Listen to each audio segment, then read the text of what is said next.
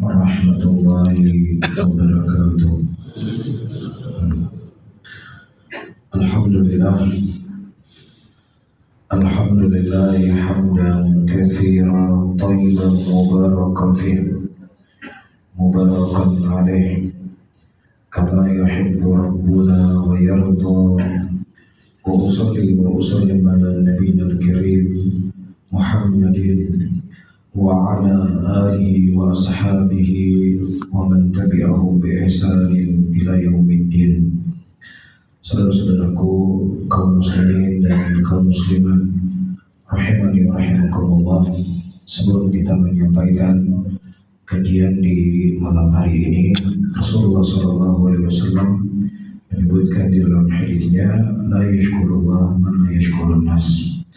Tidaklah seseorang itu dikatakan bersyukur kepada Allah siapa yang tidak bersyukur kepada manusia. Oleh karena itu kami haturkan terima kasih jazakallahu khairan kepada imam masjid atau kepada DKM masjid yang telah memberikan kepada kami kesempatan untuk menyampaikan kajian di malam hari ini.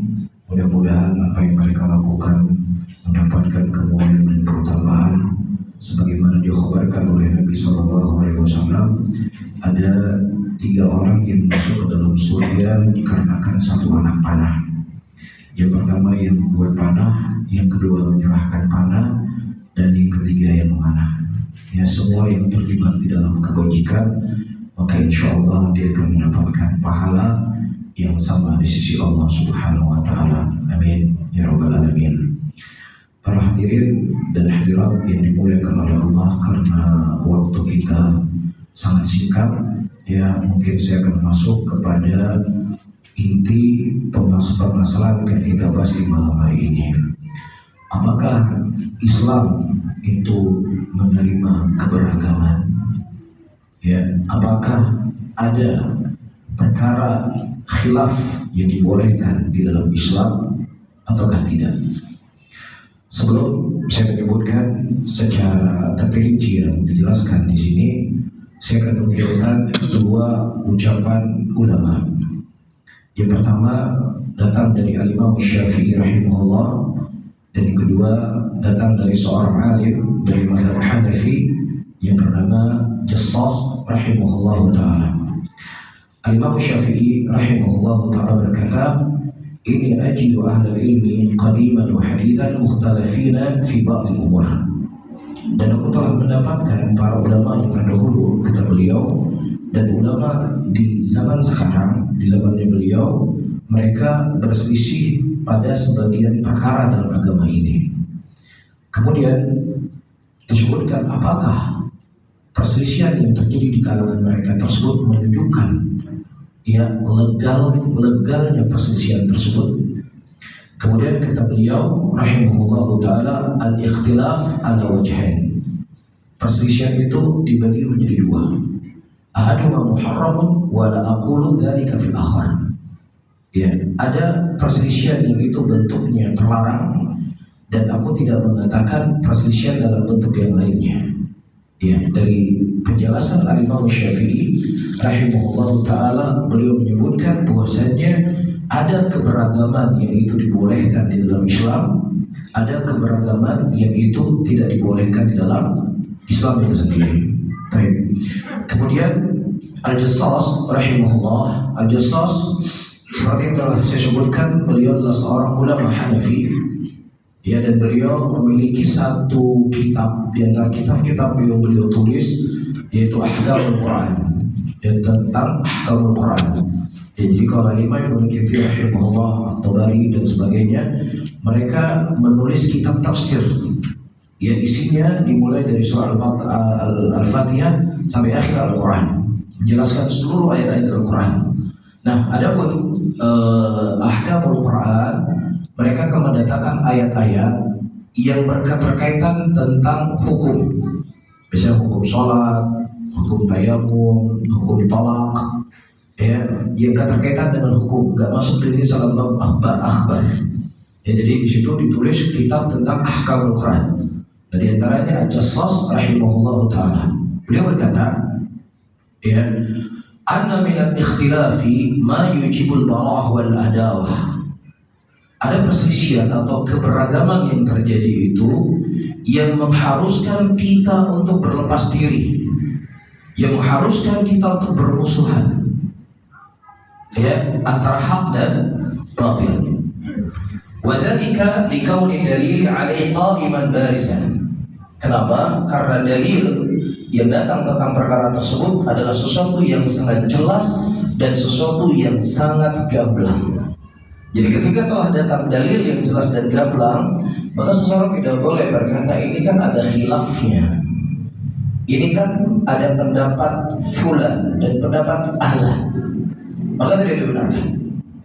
Dan kemudian kata beliau, ada khilaf-khilaf yang itu tidak mengharuskan untuk kita bermusuhan, untuk kita tidak berlepas diri dengan saudara kita, ya, akan tetapi tersisa di dalamnya persaudaraan keimanan sesama muslimin.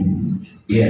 Nah, apa yang dibahasakan oleh Jassas rahimahullah taala itu secara makna sama persis seperti yang disebutkan oleh Imam Asy-Syafi'i rahimahullah taala, yang keduanya sepakat mengatakan bahwasanya al-khilaf itu dibagi menjadi dua, ada khilaf yang sifatnya sa'iq dan ada khilaf yang sifatnya ghairu sa'iq.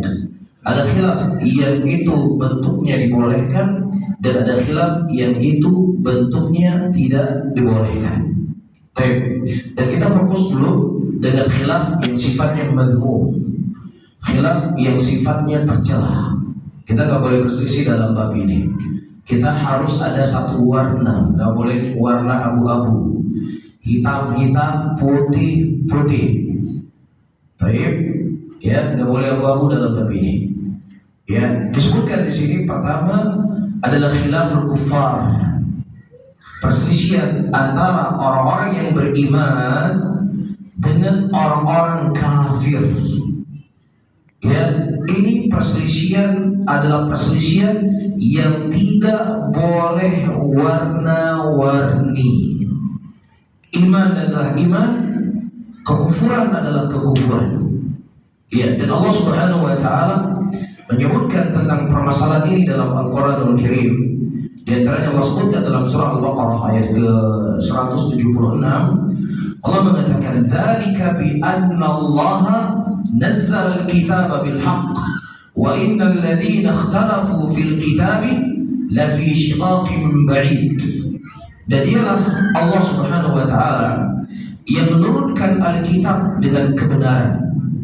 Wa annal ladzina ikhtalafu fil kitab, dan orang-orang yang mereka menyelisih Alkitab, menyelisih Al-Qur'an, menyelisih daripada usul iman, la fi shiqaqin ba'id, maka mereka di dalam kesesatan yang sangat jauh. Iya, ini perbedaan yang telah terjadi di zaman Nabi sallallahu alaihi wasallam antara Rasulullah sallallahu alaihi wasallam dengan orang-orang musyrikin. Tapi ketika Abu Lahab CS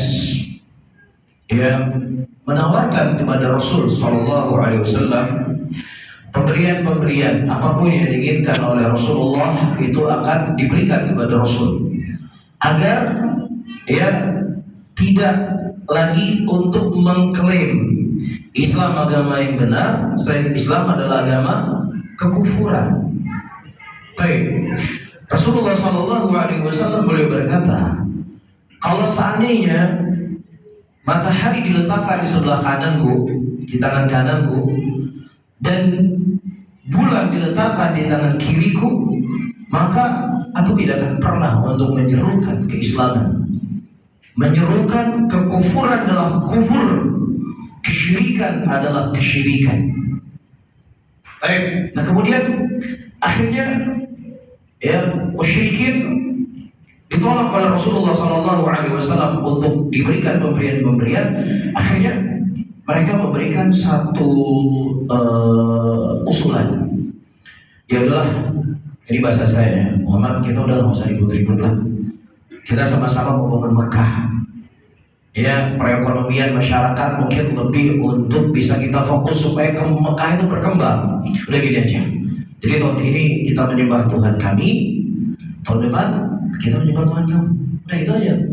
Ini kan solusi yang terbaik kan? Ya, toleransi. Ya sehingga nggak mencap masing-masing pada yang benar, yang lainnya sesat. Udah gitu aja sudah. Nah, buat orang-orang yang mereka menggunakan logika dalam beragama, mungkin ini sesuatu yang luar biasa itu seperti ini kan. Udahlah, yang penting kan semua orang mengajarkan kebaikan. Kalau kita cerita musyrikin juga ada baiknya. Itu jangan berpikir musyrikin nggak ada baiknya. Mereka juga yakin Allah yang menciptakan. Mereka juga yakin Allah memberikan rezeki. Iya, Abu Lahab nggak ragu tentang perkara ini. Wa la in sa'altahum man khalaqas samawati wal arda yaqulunna Allah. Kalau seandainya aku bertanya kepada mereka siapa yang menciptakan langit dan bumi, dan mereka akan berkata Allah yang menciptakan langit dan bumi. Iya, bahkan disebutkan mereka juga sholat, mereka juga haji. Ya udahlah, yang seperti yang sama coba kita semakin satukan, yang berbeda ya udahlah kita saling memaafkan saja. Ini yang mereka serukan. Ya ini yang mereka ajak. Rasulullah SAW itu perhatikan apa yang dijawab oleh Allah Subhanahu Wa Taala agar Rasul menyampaikan alasan hujjah beliau kepada orang-orang musyrikin. Ya kita ketahui bahwasanya Rasulullah adalah manusia yang paling menjaga perasaan manusia. Rasulullah adalah orang yang paling hebat di dalam bermuamalah dengan manusia. Gak ada orang yang lebih hebat bermuamalah kepada manusia dibandingkan Rasul. Nabi Muhammad adalah orang yang lebih faham di mana bumi kita pijak, di situ langit kita junjung. Beliau lebih faham dibandingkan kita. Iya, beliau lebih mengerti. Kalau seandainya kaidah ini mutlak diterapkan, beliau lebih faham daripada kita. Tapi tidak demikian kondisinya. Rasulullah SAW diturunkan ayat dan menyampaikan ayat itu kepada orang musyrikin. Afa ghairullahi ta'muruni a'budu ayyuhal jahilun. Apakah kepada selain Allah ya engkau mengajak kami untuk beribadah kepadanya, wahai orang jahil? Gak sama antara orang-orang yang menyembah Allah dengan orang-orang yang menyembah selain Allah Subhanahu Wa Taala. Makanya dalam banyak ayat Allah mengatakan afanaj'alul muslimina kal mujrimin malakum kaifa tahkumun. Apakah menyamakan antara orang-orang mukminin dengan mujrimin? Di mana akal kalian, kata Allah? Ya, bahkan Allah menyebutkan prinsip ini dalam Al-Qur'an, wala tajidu qauman yu'minuna billahi wal yawmil akhir yuwadduna man hadda Allah wa rasulahu. Engkau tidak akan pernah mendapatkan kapanpun, dimanapun suatu kaum yang mereka beriman kepada Allah dan beriman kepada hari akhir, untuk mereka saling berkasih sayang dengan orang-orang yang sudah jelas permusuhannya dengan Allah dan Rasulnya. Jadi apa yang diserukan oleh Abu Lahab dulu, yang diseru oleh Abu Jahal di zaman dahulu, kemudian hari ini dikemas, di-packaging dengan packaging yang lebih indah, dengan packaging yang lebih menarik, dan yang menjadi penyerunya dulu Abu Lahab, Abu Jahal, hari ini ya terkadang orang berpakaian dengan pakaian tokoh dari tokoh agama Islam. Ya, titelnya titel agama. Udahlah, surga Allah itu terlalu luas. Masa hanya orang Islam saja masuk surganya Allah? Terlalu ya egois umat Islam. Semua juga agama mengajarkan kebaikan kok. Semua juga agama mengajarkan keluhuran. Ya semua juga agama nggak menginginkan ada kejelekan. Udahlah, jangan ada sekat-sekat lagi di antara masyarakat. Ya kita semua adalah hambanya Allah. Kita semua adalah bangsa Indonesia. Jangan sekat agama ini, sekat agama ini justru akan membuat kemunduran negara kita. Ya, cuman bedanya kalau dulu disuruh oleh Abu Lahab, hari ini disuruh oleh orang-orang yang mereka bertitelkan agama. Jadi ini menambah fitnah, menambah ujian, menambah cobaan bagi orang-orang yang mereka jauh dari sentuhan ilmu, yang jauh dari sentuhan akidah, sehingga mereka berupaya untuk menghilangkan apapun identitas yang berkaitan dengan agama. Nasallallahu alaihi wasallam. Para hadirin, saya pernah mendengar melihat potongan-potongan video ya, dari orang yang berbeda, dari orang yang berbeda-beda. Baik, yang satu dia mengatakan bahwasanya mengucapkan selamat datang itu hukumnya mubah, boleh. Ya.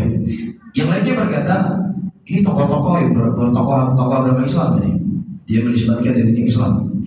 Yang lain saya lihat dia mengatakan mengucapkan selamat datang hukumnya sunnah, sunnah hukumnya juga. Nggak berarti sampai di situ. Ada lagi yang mengatakan bahwasanya hukum mengucapkan selamat datang wajib hukumnya, wajib. Yang wajib itu sholat, puasa wajib kan, menutup aurat wajib, naik haji wajib. Jadi mengucapkan Natal itu hukumnya juga wajib. Berarti di sini nggak sama, berarti sampai di sini. Ya, dari potongan video tersebut saya mengatakan siapa yang tidak mengucapkan selamat Natal bisa gugur keislamannya. Coba tuh bayangin. Falamma azagu azaghallahu qulubahum. Ketika hati manusia itu condong kepada kejelekan, kepada kesesatan, Allah akan sesatkan mereka. Iya, ini sesuatu yang sangat berbahaya. Ini sesuatu yang sangat-sangat akan merusak akidah seseorang. Para ulama Islam seluruhnya sepakat.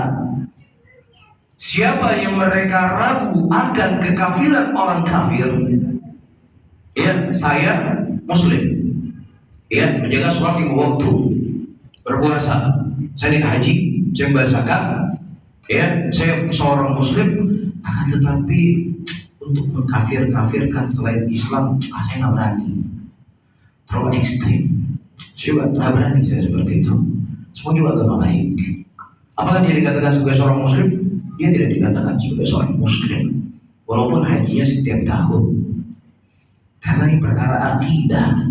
Siapa yang ragu dengan kekafiran orang kafir, maka ini bisa merusak keislaman seseorang. Terus berarti kalau orang kafir boleh kita bunuh. Wah, ini pembahasan lain lagi. Jadi jangan disamakan antara pembahasan sikap seorang Muslim, agama yang diterima di sisi Allah adalah agama Islam, ya. Selain daripada agama Islam, agama yang tidak diterima di sisi Allah satu bab. Bab membunuh orang kafir ini gak benar. Membunuh orang kafir itu ada klasifikasinya. Orang kafir yang bagaimana yang harus dibunuh? Orang kafir yang dibunuh diperangi orang kafir yang memerangi kita. Seperti Belanda datang ke negara Indonesia, ingin menguasai negara kita, memerangi kita. Para pejuang negeri ini, ya, dengan takbir Allahu Akbar mengusir mereka. Itu jihad. Tapi orang kafir yang mereka tidak memerangi kita, ya udah, kita nggak perlu berbuat, tidak perlu memerangi mereka. La yanhaakumullahu 'anil ladzina lam yuqatilukum fid din wa lam yukhrijukum min diyarikum an tabarruhum wa tuqsitu ilaihim innallaha yuhibbul muqsitin. Allah nggak melarang kalian untuk berbuat baik kepada orang-orang kafir yang tidak memerangi kalian, yang tidak mengusir kalian dari negeri-negeri kalian.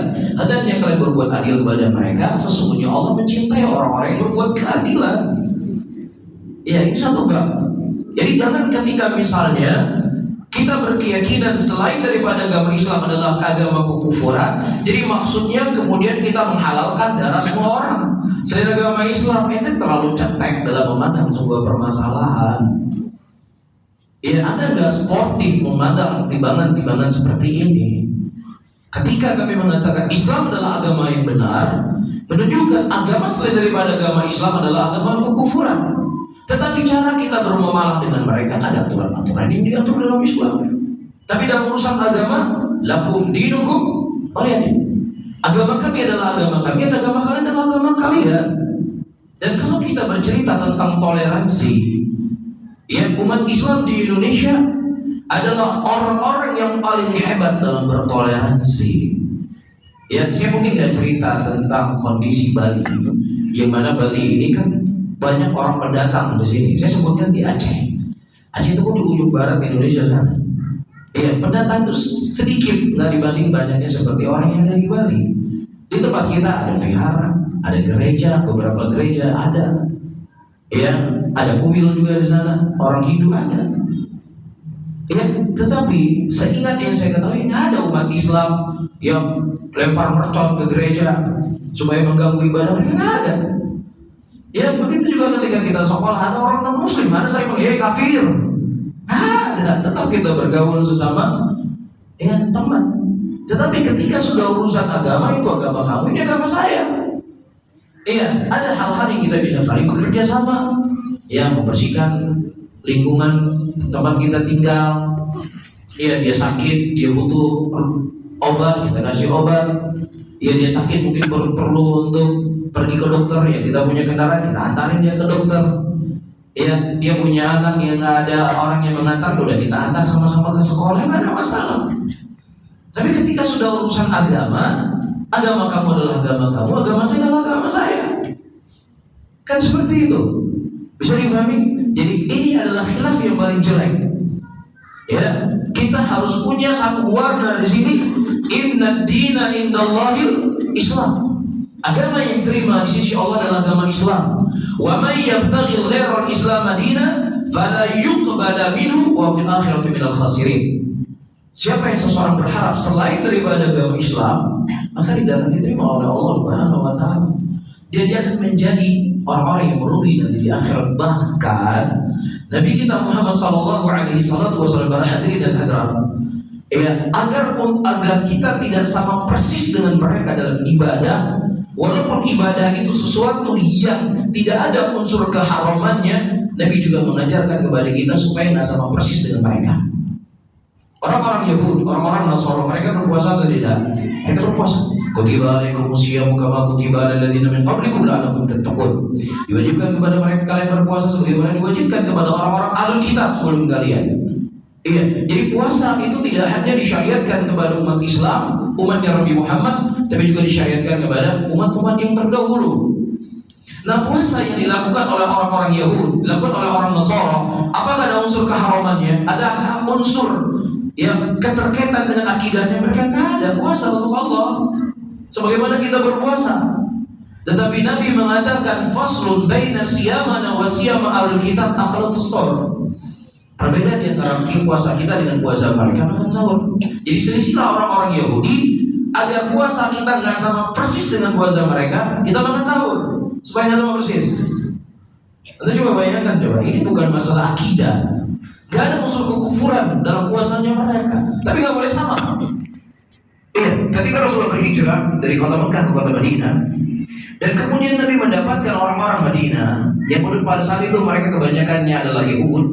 Mereka berpuasa pada tanggal 10 Asyura. Kemudian ditanya oleh Rasulullah, apa ini? Inilah puasa di mana Allah menyelamatkan Musa dari kejaran Fir'aun. Kemudian Nabi berkata, nanu ahaqqu bi Musa, kami lebih berhak kepada kalian dibandingkan Nabi Musa alaihissalam. Dan Nabi memerintahkan para sahabat untuk berpuasa tanggal 10 Asyura, seperti orang Yahudi berpuasa.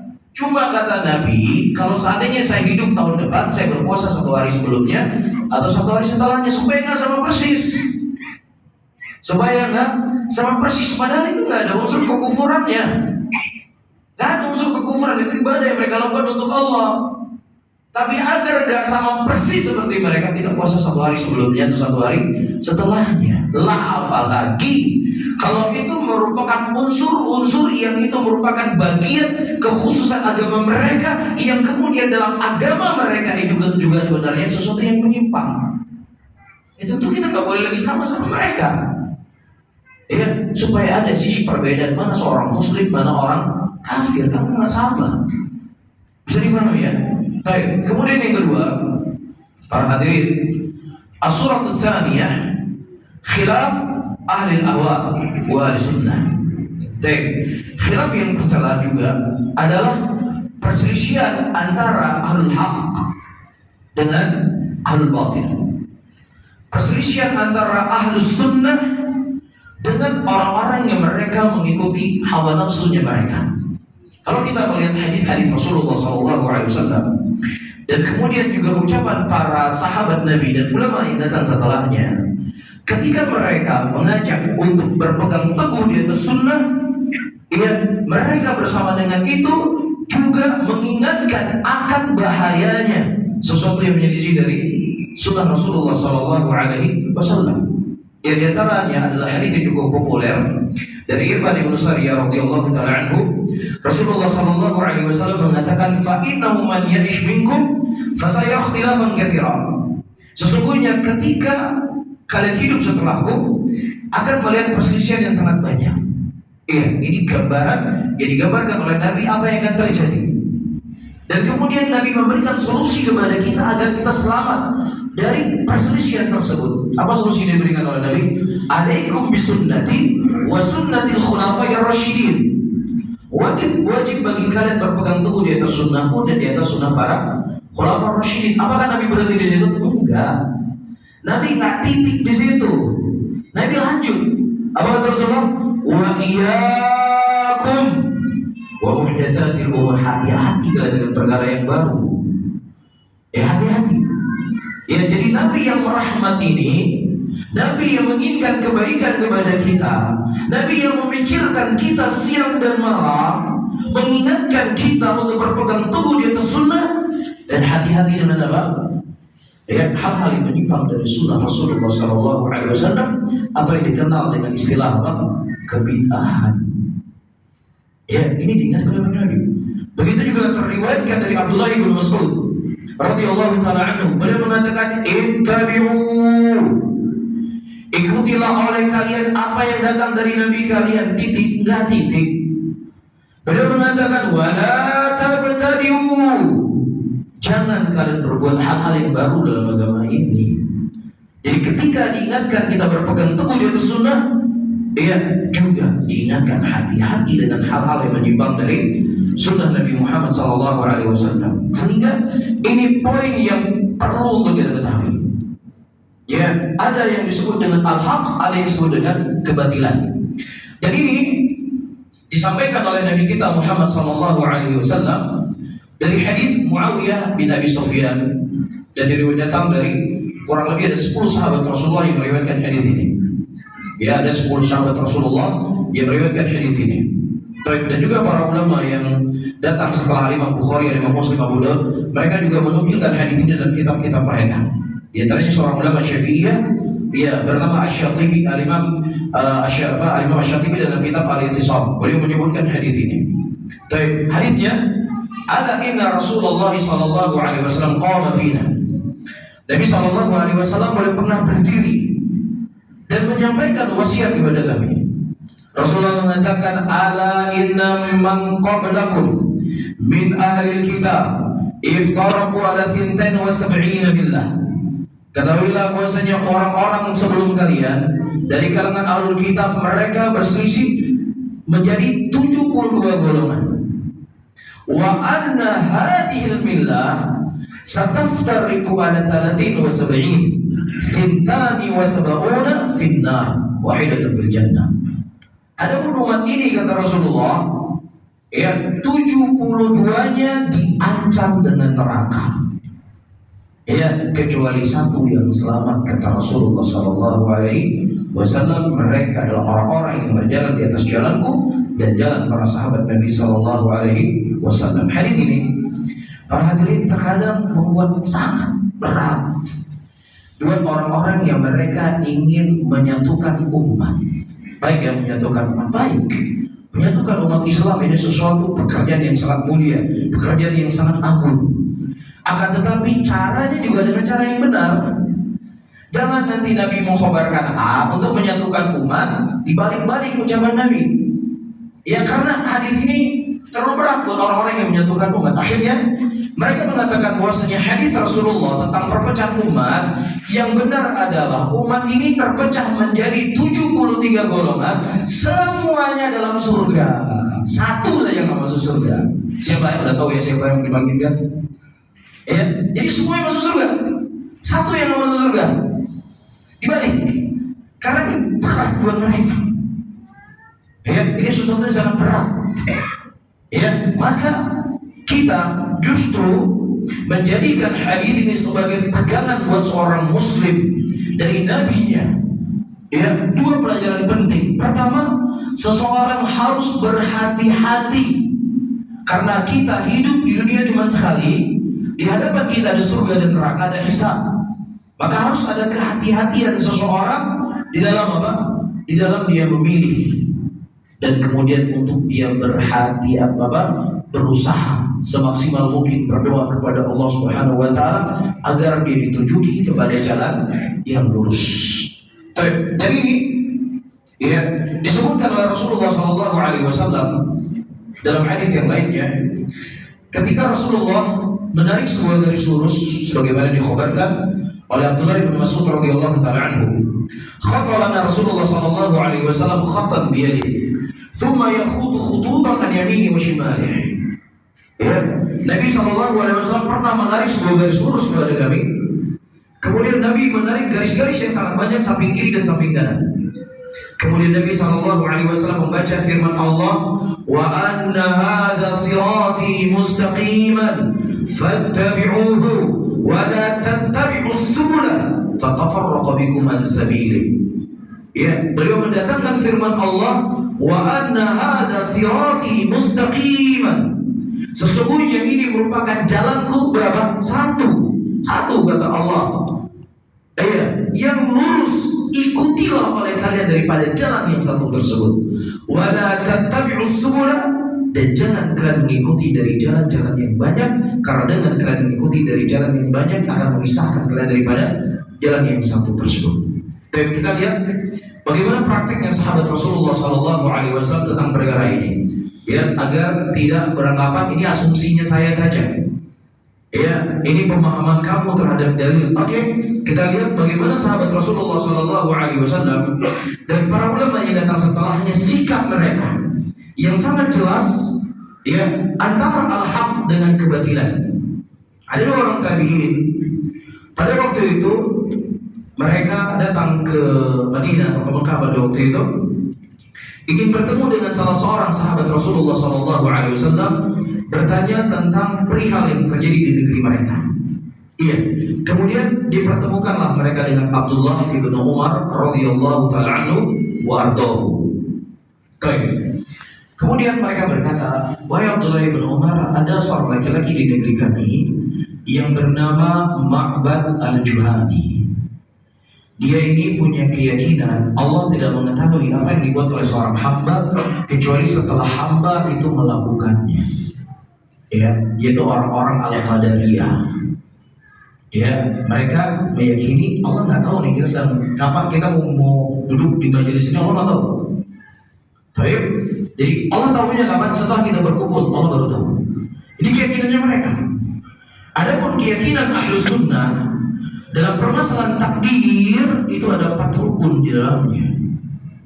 Ya, di antara rukun Allah Subhanahu wa taala Maha mengetahui ya segala sesuatu yang itu sebelum terjadi, dan apa yang diketahui oleh Allah dicatat oleh Allah Rabbul Alamin, dan kemudian dicipta ada keinginannya Allah dan kemudian diciptakan. Jadi duduknya kita hari ini di masjid ini, di malam ini telah dicatat oleh Allah 50.000 tahun sebelum Allah menciptakan langit dan bumi. Ya, jadi keyakinan yang mengatakan Allah baru mengetahui apa yang dilakukan oleh seorang hamba, ya, itu menyelisih dari pokok usul akidah Ahlussunnah wal Jamaah. Apa kata Abdullah bin Umar? Apakah Abdullah bin Umar berkata dia sholat enggak? Ya, dia puasa enggak? Ya udahlah, kalau sholat puasa lihatlah kebersamaannya, lihat keberagamannya. Jangan suka lihat-lihat yang berbeda-beda. Ya, ini memecah belah umat. Ya, ini merusak barisan muslimin. Kamu jangan suka ghibah. Jangan sok-sok punya kunci surga, kamu tahu punya kunci surga. Jangan suka nyala-nyalain orang. Abdullah bin Umar nggak demikian, beliau berkata. Ya, beliau nggak berkata demikian. Beliau berkata, sampaikan kepada dia. Abdullah bin Umar berlepas diri darinya dan dia berlepas diri dari saya.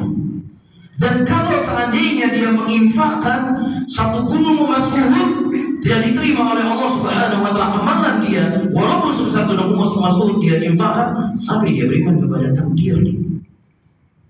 Subhanallah. Ya, ini sikap yang tegas dari sahabat Rasulullah SAW yang mereka berguru langsung dengan Nabi Muhammad SAW. Ya, ada perkara yang hak dan ada perkara yang batil. Gak boleh campur aduk di sini. Hak adalah hak dan batil adalah batil.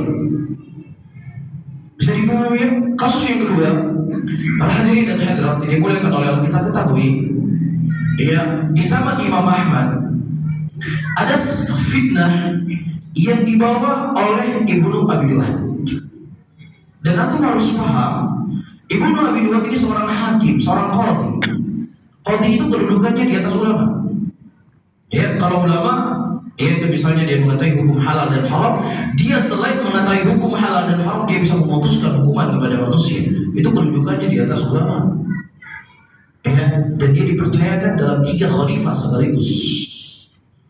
Ini orang dalam berbicara itu luar biasa. Dia punya retorika yang hebat dalam berbicara. Ya, dia sangat dermawan menginfakkan harta dia untuk berkhidmat kepada muslimin. Ya, jadi kalau misalnya kita satu kubu, Ibnu Abi Duad di kubu yang lain, wajar kan orang ikut Ibnu Abi Duad kan? Ya, karena kedermawanannya dia, hebatnya dia berretorika. Tetapi masalahnya Ibnu Abi Duad lawan Imam Ahmad. Pemerintah pada waktu itu ikut dengan dia dan menyiksa Imam Ahmad rahimahullah ta'ala. Imam Ahmad rahimahullah, sebagaimana disebutkan, terjadi kegaduhan pada waktu di kota Irak. Sehingga orang ingin mencari tahu apa yang menjadi sebab kegaduhan pada waktu itu. Ternyata Imam Ahmad beliau disiksa, dicambuk. Ya, ketika beliau dicambuk, beliau berkata Allahu Akbar. Terkadang ketika beliau dicambuk, beliau berkata Bismillah. Terkadang ketika beliau dicambuk, beliau berkata la yusibana illa ma kataballahu lana. Tidak ada yang menimpa kita kecuali sesuatu yang telah dicatat oleh Allah Subhanahu wa taala untuk kita. Dan terkadang ketika beliau dicambuk, beliau berkata Al-Qur'anu kalamullah. Al-Qur'an adalah kalamnya Allah. Ini salah satu usul min usul ahli sunnati wal jamaah. Yang menyelisih kelompok Mu'tazilah yang mereka mengatakan Al-Qur'an itu makhluk. Jadi kalau mereka mengatakan Al-Qur'an itu makhluk, ya namanya makhluk, bisa salah bisa benar. Itu keyakinan yang menyelisih daripada akidah Ahlussunnah. Adapun Ahlussunnah mereka mengatakan Al-Quran adalah kalamnya Allah. Wa in ahadun minal musyrikin istajaraka fa'ajirhu hatta yasma' kalam Allah.